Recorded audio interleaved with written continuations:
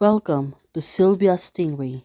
Hey guys, welcome back to my channel. It's me, Sylvia, your Yuri Manhwa translator. Hey guys, good morning. Let me present you the new chapter of There Are Always Teacher Asking for Parents, chapter 50. So here it is. Let's read the story. Back to Sian. Have you bought sanitary napkins for New?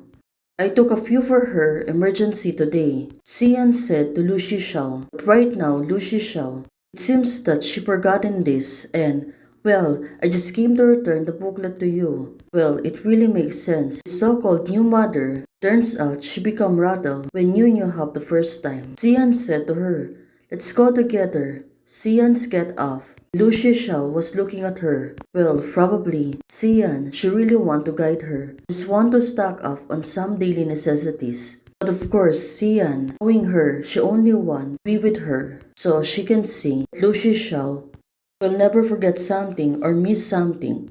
For New's daily necessities and needs. Do you mind if I ride in your car? Sian is asking her. Oh, what a sweet girl. Finally, after a few minutes, the two of them are already in the car. They went out to shop. Lu Shishao is the one who's driving.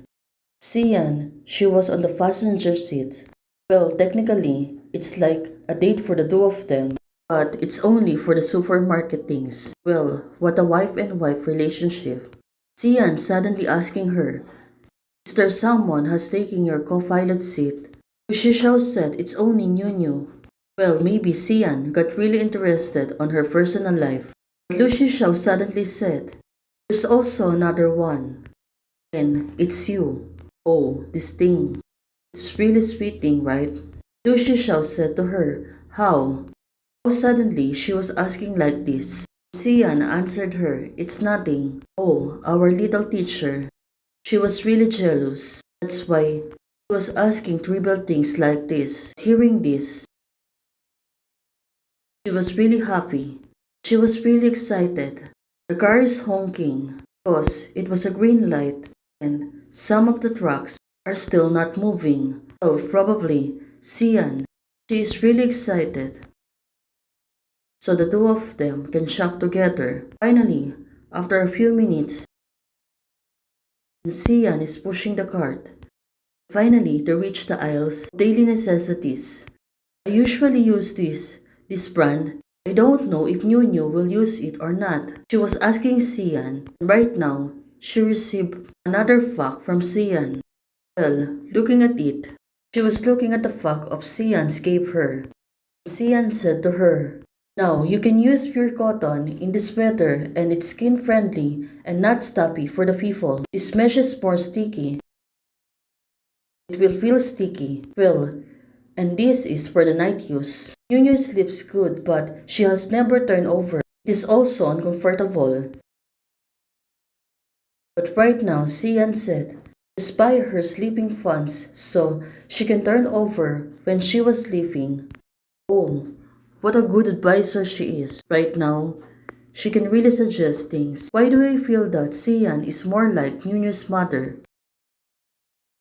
Sian, she was always concerned and worried about New, especially these days. Let's go and buy everything that should be need to be bought. Looking at Lu Shishao, it seems like Sian, she looks like a real mother of New. It's a small vac, we need to choose pure cotton, otherwise it will be uncomfortable. You can buy straps around the neck. Which one do you think New would prefer? Right now, there's a pink and also a blue color. Asking Lu Shishao about it, it's like she was really like a mother, right? It really suits New. She was really thinking about it. Despite it all, just treat it as gift for New. Well, what could be wrong? When you are rich, she can buy anything she wants. Sian said to her, buy some warm baby, and we don't know if it will hurt in the final. By the way, you have made New so many these days. Right now, Lu Shishao, she was staring at Sian. Sian said to her, what's the matter? Well, probably she was really staring at her. Sian got confused on her. Turns out she was thinking this atmosphere is very like their old wife and wife who has been married for many years. Well, definitely, Lucia was right. She has some great imagination at this moment. Finally, the two of them went back to the community parking lot. Suddenly, Lucia was final money it's also paid by Sian. Also, he didn't give any chance to refuse. Also said that he was going to go to the supermarket but he didn't buy anything for herself. Especially during times like this. Sian, is the car locked? Let's go. Right now, she's trying to reach out and help her carry out the things. Suddenly, she noticed something. Lucia said to her, "The perfume smell." Turns out Sian was wearing Artemis again.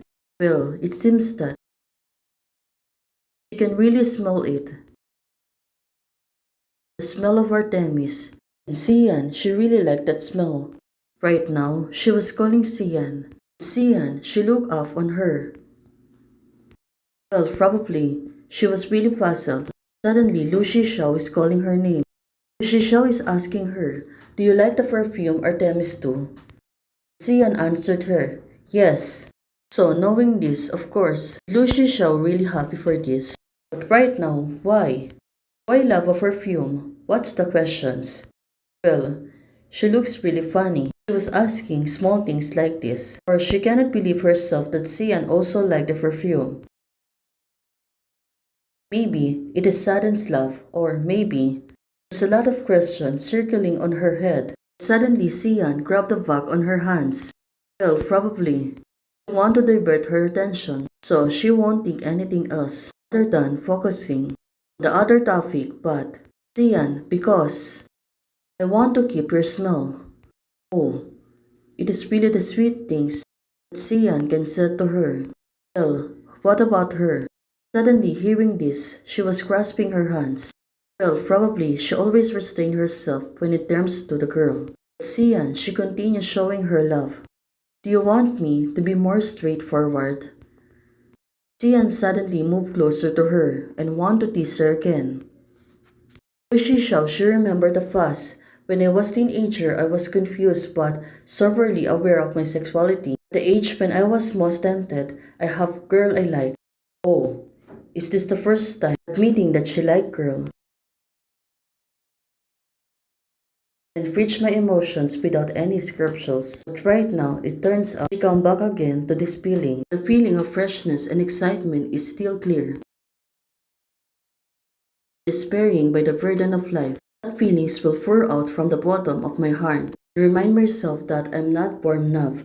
I just restrained myself for too long. What do you know? Nunu is not an adult for a day, so I will not let myself go for a day. Oh, the story is getting better. Let's hope. Thank you for supporting Sturger Loof. Thank you for joining membership. Hey guys, thanks for watching. If you like the video, please don't forget to like, share, and subscribe. Hey guys, membership is already open. For those who want to support, you can join the membership or you can directly support me via Ko-Fi. Thank you, bye!